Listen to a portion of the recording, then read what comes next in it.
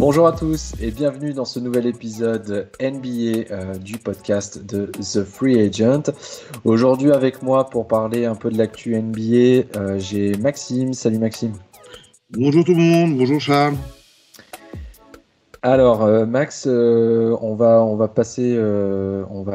on va parler des Knicks en particulier. Ça sera le focus de ce podcast, pardon. Mais avant, on va, comme on l'a fait notamment hier avec la MLB, on va discuter un petit peu des petites infos un petit peu importantes qu'on a relevées, notamment sur la semaine passée. Et la première, alors c'est pas forcément une super nouvelle, notamment pour les fans des Rockets, mais fin de saison du coup pour John Wall, qui a une tension aux ischio-jambiers. Alors, vu qu'il reste que 3 semaines de compétition, cette blessure nécessite au moins ce temps de repos pour pouvoir revenir. Donc, on peut comprendre que les Rockets ne prennent aucun risque avec leurs joueurs, d'autant plus que tu m'arrêtes si je me trompe, mais je crois que les Rockets, à part la première place à la draft, n'ont pas grand-chose à jouer. Justement, on peut se demander si clairement, si la blessure de John Wall, elle serait pas un peu diplomatique et ça permettrait pas de justifier un peu de tanking de la part des Rockets. Non, le tanking, ça n'existe pas. Non, bien sûr que non, c'est une légende urbaine. Mais bon, ouais, c'est pas forcément quelque chose. Voilà, on aurait préféré que John Wall termine la saison avec les Rockets. La deuxième, on va dire info importante, et c'est Stephen Curry. On en avait parlé dans les podcasts précédents, qui continue à nous éblouir. Il a encore battu un record. Il a réalisé 3 points sur un mois. Record du coup de James Harden dépassé. Alors il en a d'autres, des records. Le chef Curry, je pense que si on peut les énumérer, je ne sais pas si tu... Les records de Curry, il y en a tellement que... Il y en a tellement, mais là, je les ai sous les yeux. Il a le record du plus grand nombre de 3 points en une saison. Il en est à 402. Il a le deuxième plus grand total en carrière. Et il a le plus de matchs à plus de 10 3 points pour un mois. Donc, il en a fait 4. Et il a plus de matchs avec plus de 10 3 points que de matchs avec moins de 4 3 points. Donc c'est absolument phénoménal. Il a une moyenne de points qui est délirante, à tel point que il est apparu comme ça d'un seul coup d'un seul dans la discussion pour le titre de MVP, à côté des Jokic, des Antetokounmpo et autres, Joel Embiid. Donc, je sais pas, vas-y, une petite réaction encore sur un nouveau record. Stephen Curry, moi, c'est vrai que c'est vraiment... honnêtement, la seule chose qui l'empêche d'être encore MVP cette année, c'est la place des Warriors, clairement. Ouais. Voilà. Non, ça, on en avait discuté effectivement la dernière fois. Autrement, par rapport au Jokic, Embiid, voilà. Vu ce qu'il démontre actuellement, je pense qu'il montre qu'il est dans une autre galaxie, qu'il est dans une autre dimension. Ouais, il est... et on peut se demander à quoi la saison des Warriors aurait pu ressembler avec le duo Klay Thompson, Stephen Curry en place côté de Golden State. Troisième info, c'est les Wizards, équipe qu'on n'attendait peut-être pas forcément à ce niveau-là, alors qui termine une série de 8 victoires consécutives, vraiment plutôt impressionnante de la part du duo Russell Westbrook, qui lui aussi, d'ailleurs, soit dit en passant, bat des records. Le play-in est sans doute en vue pour les Wizards cette année. Oui, moi, là, honnêtement, au vu des dynamiques, c'est l'équipe qui est vraiment qui est aujourd'hui à l'Est, en tout cas, parce que les Bulls sont sur 4 victoires, 6 défaites. Je veux dire, les Hornets, ils glissent aussi un peu, mine de rien.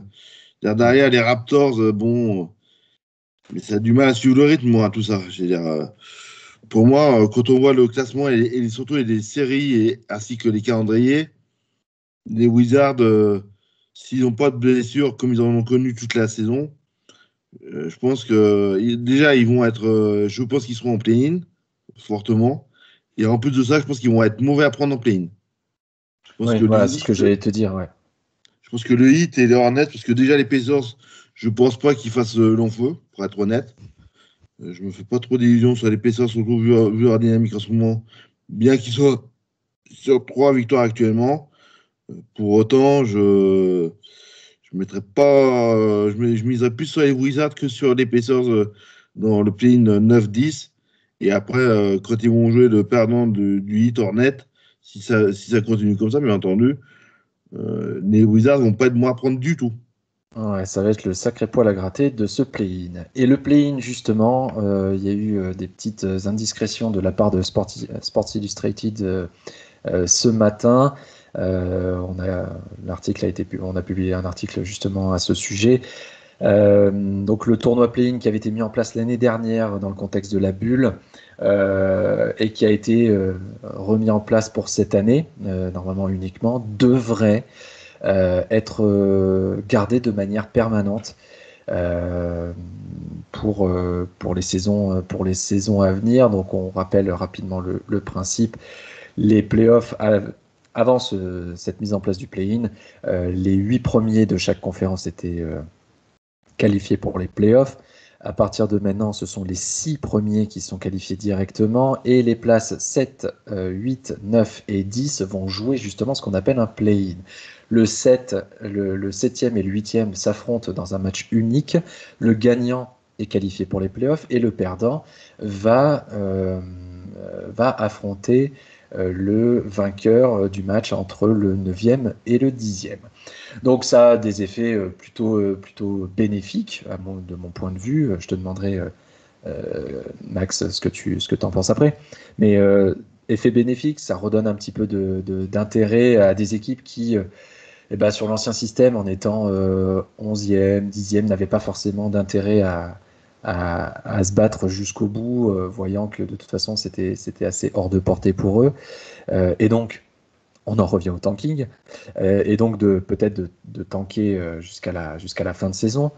C'est des matchs à élimination directe en plus, donc un peu sur le modèle de la March Madness en NCAA. Donc il y a cette espèce de stress, d'angoisse de se faire éliminer tout de suite, alors qu'on sait que sur les playoffs on est sur des séries, donc on retrouve peut-être un petit peu l'ambiance et la dynamique d'un match 7 de playoff, où là, c'est win or go home. Donc, moi, j'accueille ça d'une manière plutôt bonne. On sait que certains joueurs et même certains propriétaires de franchises comme Mark Cuban ont un petit peu dévalorisé ce play-in en disant que c'était sans doute une grosse erreur, que c'était pas motivant ou autre. Voilà, moi j'accueille ça de manière très positive. Je sais pas toi ce que tu en penses, Maxime. Moi, je partage tout à fait ton avis. Déjà, je voudrais mettre un petit acte au passage à Mark Cuban, qui pour moi, le jour où il saura s'occuper des affaires de NBA et des perspectives d'avenir de la NBA, je pense qu'on reviendra, parce que le nombre d'idées, de bonnes idées qu'il a critiquées et de fausses bonnes idées qu'il a eues, on les compte par des charrettes entières. Ça, voilà, parce que Mark Cuban aussi, c'est très bien que les Mavericks, ça se joue, ils sont vraiment, ils sont pas sur une bonne dynamique. Ils savent que, comment dirais-je, que derrière ça pousse fort et que ils peuvent ne pas y aller. Tout à fait. Tout à fait. Ils se sont encore inclinés d'ailleurs hier soir face à Sacramento. Le play-in, justement, notre sujet du jour, le play-in, eux, a priori, sauf accident industriel, ils ne devraient pas le voir. Ils vont se qualifier directement pour les playoffs. Et c'est une équipe qu'on n'attendait pas forcément à ce niveau-là. Et on va parler des Knicks de New York qui sont en train de faire une saison absolument incroyable. Ils sont quatrième, si je ne dis pas de bêtises. Oui, tout à fait. Ouais, ils sont quatrième de la conférence Est. Par LeBron James égalité avec les Hawks, mais ils n'ont pas breaker. Pardon. Ouais, exactement. Ils ont le même nombre de matchs. C'est ce qui me semblait avoir vu ce matin. Il y a quelques jours de ça, LeBron James a dit que la NBA se porterait beaucoup mieux si les Knicks gagnaient à nouveau. Et ben c'est chose faite. 9 victoires en 10 matchs. Seule défaite hier soir. La série a été stoppée. Ils étaient sur 9 victoires consécutives. Alors, série stoppée par quand même le deuxième de la conférence Ouest. Donc on parle quand même des Suns. Donc c'est quand même assez excusable pour une équipe qu'on n'attendait pas à ce niveau-là. Alors Maxime, qu'est-ce qui a changé chez ces Knicks entre l'équipe qui jouait pour la loterie le choix numéro 1 de la draft quasiment chaque année depuis 5-6 ans à une équipe qui va poser des gros soucis quand même en play-off cette saison? Alors, pour moi, il y a deux choses. Bon, il y a même trois choses. Il y a deux personnes, à savoir l'arrivée de Tom Thibodeau et son jeu ultra défensif, et la renaissance, si ce n'est la naissance d'un Julius Randle qui est en mode franchise player et qui va probablement signer un contrat max cette année. On peut être absolument sûr. Après, moi, le troisième élément, c'est aussi la faiblesse de la conférence Est relatif, mais il y a quand même une faiblesse euh, au niveau de cette conférence. Et surtout, il y a un déséquilibre entre les trois équipes de devant et les équipes qui suivent, où il y a vraiment un gap. Voilà, je pense que sur des séries, il n'y aura pas photo. Euh, je pense que les Nets, partis comme ils sont partis, bon, le premier on sera en finale de conférence et les 2 et 3 seront dans la deuxième demi-finale de conférence. Donc voilà, après, ils se battent pour des accessites, mais voilà. Euh, pour moi, à mes yeux, c'est vraiment ce qui a révolutionné les Knicks, c'est surtout s'ils se mettent à défendre. Ils se mettent à défendre, ils se mettent en attaque, ils ont la révélation d'un Julius Randle, un Reggie Barrett qui confirme, la renaissance d'un Derrick Rose qui a plus de 13 points de moyenne cette saison, plus de 4 passes. Voilà, donc on est vraiment sur trois joueurs pour moi majeurs autour dans une architecture défensive construite par Tom Thibodeau. Donc voilà. Ouais, il y a effectivement, comme tu dis, on a l'impression qu'il y a cette espèce de mix entre. Alors, est-ce que on peut qualifier Randall de joueur vétéran? Je sais pas, mais il y a cette espèce d'alchimie qui s'est créée autour effectivement d'un Tom Thibodeau qui est arrivé avec sa science défensive sur on défend bien parce que c'est comme ça que derrière en attaque on pourra être un peu plus serein. Euh, et autour de Randall, tu l'as dit, il y a R.J. Barrett, il y a Emmanuel Quickley qui je trouve est assez absent des diverses conversations pour le rookie de l'année. Alors même si Lamelo Ball, Anthony Edwards ou James Wiseman sont quand même, ou même Tyrese Haliburton sont peut-être au-dessus, mais voilà, il fait quand même partie d'une équipe qui est quatrième à l'Est, qui joue bien. Parce que il y a ça aussi, ils défendent bien, mais sur le front de l'attaque, il y a de la réussite au shoot. Randle est plutôt pas mauvais longue distance en plus, donc c'est plutôt intéressant. Mais alors, je te rejoins sur l'écart qu'il y a entre les 1, 2, 3 et puis le reste. Ça se voit effectivement au classement.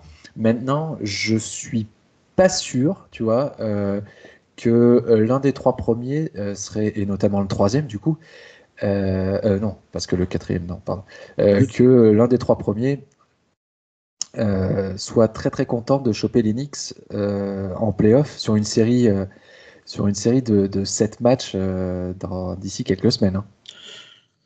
Après, moi ce qui me dérange, en fait, chez Knicks, si on peut dire ça, sur une série de 7 matchs face à un des 3 premiers, c'est le manque d'expérience.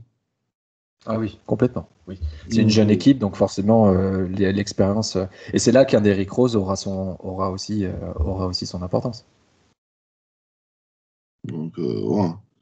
Donc, c'est vrai que c'est clairement, comment je pourrais dire, c'est l'avantage et le désavantage de cette jeunesse. Il y a une force, il y a une dynamique, il y a basé sur une. On sait qu'en playoff, des playoffs se gagnent sur de la défense. Mais honnêtement, quand on voit le niveau d'attaque et même le niveau de défense, je pense aux Sixers en particulier, à ce niveau-là, le niveau d'attaque des Nets ou des Bucks ou la défense des Sixers, je pense que ça va être compliqué. C'est sûr qu'ils vont pas être bons à jouer. Ils peuvent accrocher un ou deux matchs, mais je ne vois pas passer face à un des trois. Oui, non, voilà, mon propos c'était plus ça, c'était Oui, d'aller les titiller. Alors bon, en tant que fan des Knicks, j'adorerais les voir en finale de conf et même en finale NBA, ce serait très bien. Alors, franchement, d'ici peut-être quelques années, il y a peut-être moyen. En attendant, je voulais, voilà, on l'a dit en introduction, ils ont réalisé une super série de 9 matchs de 9 victoires pardon, d'affilée. Hier soir, ils perdent contre les Suns. Toi qui a regardé la rencontre, etc., est-ce que. Alors, ils perdent 108-100. Si je dis pas de bêtises. Et est-ce que c'était. Alors, c'est un score 118 qui à quand même. 110, pardon. 118-110, pardon. Donc, est-ce que dans ce match, les Knicks sont apparus complètement dépassés ou est-ce que au contraire, les Suns ont dû batailler et ont dû faire le forcing pour pouvoir accrocher cette victoire? Ah bah clairement, les Suns ont dû faire le gros forcing. En plus, c'était au Garden, donc c'est jamais évident, surtout maintenant avec le retour du public, bon, en partie du public. Et dans ce match-là, il y a un homme qui a marché sur l'eau, qui s'appelle Chris Paul, comme il le fait depuis le début de la saison, qui a vraiment sorti de son chapeau un énorme match. Devin Booker également. Après, voilà, ils ont accéléré clairement dans le quatrième quart-temps, et c'est là où ils ont fait la différence. Parce que jusque-là, il, bon, ça se tenait. Et même Phoenix a passé une grosse partie du match derrière les Knicks, à courir derrière les Knicks en premier et deuxième carton, avant de revenir et de passer devant. Et en fin de quatrième carton, je pense que l'expérience, la maîtrise ont fait que les, les Suns, qui sont peut-être futurs premiers de la ligue, ou en tout cas pas loin de cette place-là, ont vraiment marché sur l'eau. Avec un Derrick Rose à 22 points pour les Knicks face à un Devin Booker qui est à 33. Voilà, si on regarde le box score, c'est clairement. Voilà, il y a un Chris Paul à 20 points, un Miles Bridges à 21 points pour les Suns. De l'autre côté, bah, mine de rien, Juice Randle il était qu'à 18, RJ Bullock il n'était qu'à 17. Et Derrick Rose en sortie banc, il était donc à 22. Donc voilà, donc c'est ce qui a fait. Voilà, c'est là où on voit un peu en même temps les forces et les faiblesses d'Enix. Capable de faire des bonnes choses, mais peut-être manquer de force dans Money Time. Oui, donc défaite quand même toutefois encourageante, on sait bien.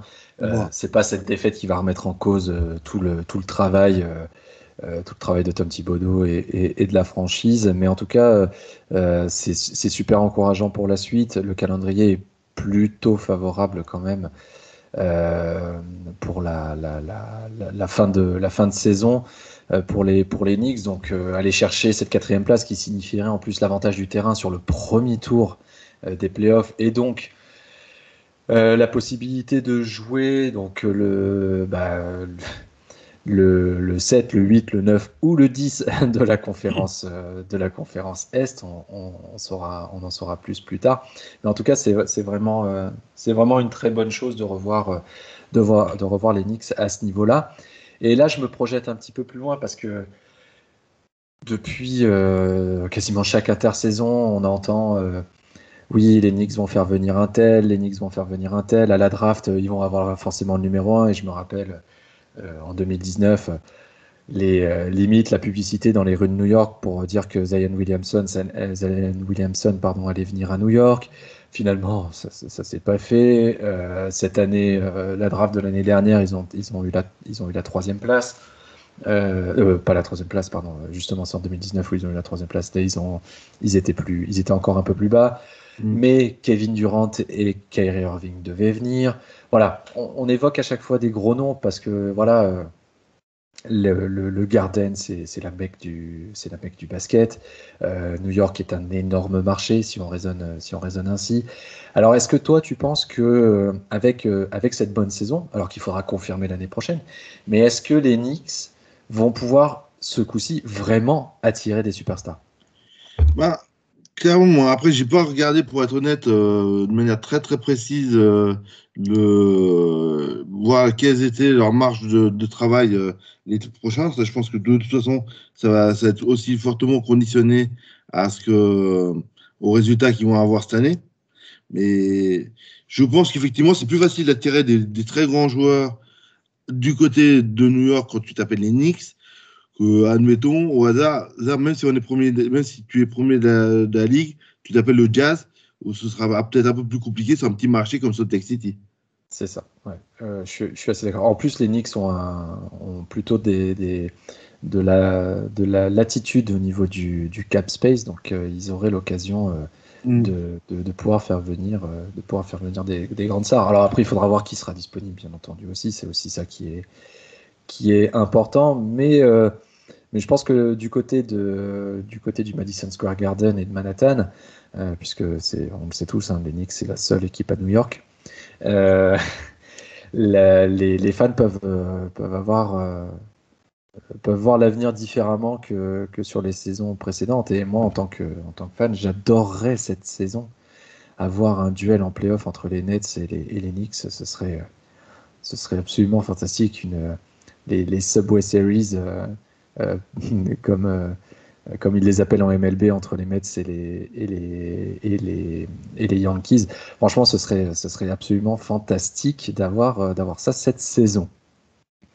Est-ce que tu as des choses à rajouter sur nos amis les Knicks? Juste sur l'intersaison, je pense qu'ils ont quand même associé les Knicks, c'est qu'ils doivent surpayer, qu'il y a une prime au fait d'être Knicks, et donc ils surpayent les joueurs. Je pense à ce qu'ils ont payé dans le passé d'Amares Stoudemire, des Joachim Noah, des Christian Porzingis, des Carmelo Anthony. Voilà. Oui, ils payent très cher des très bons joueurs, mais vraiment ils les surpayent, on va dire. Ouais. Bon, quand on a de l'argent, du coup, c'est plus simple de surpayer des joueurs. on va dire ça comme ça. Ok, très bien. Écoute, merci beaucoup Maxime qu'on ait passé en revue une équipe qui m'est chère. Merci à vous de nous avoir suivis. N'hésitez pas à nous suivre sur les différents réseaux, à commenter, à mettre les petites 5 étoiles pour le podcast. C'est toujours le bienvenu. Ça nous fait toujours plaisir de voir que notre travail vous plaît. Merci à toi Max encore. Merci à toi, comme d'habitude. Et on se retrouve très vite, la semaine prochaine, pour un nouvel épisode de notre podcast NBA sur The Free Agent. À très vite.